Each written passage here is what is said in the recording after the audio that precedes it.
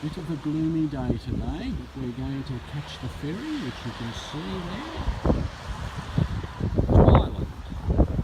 It's about a 3-hour trip, so we'll be able to relax here. Here we are in sunny Wales, about to take a ship for sunny Ireland.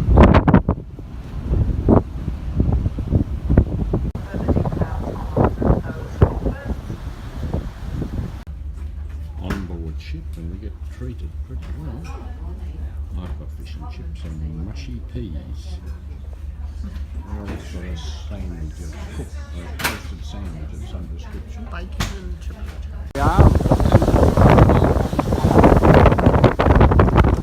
Early deep seas.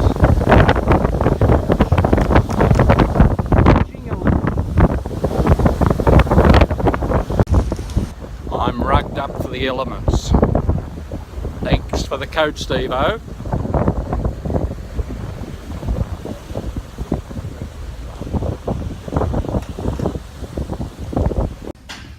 This is in the ordinary bar and lounge. Pretty well deserted. So the fellas having a good time in the kids' lounge. Oh, we've got a video arcade and all. Most people are in the first class lounge, like us.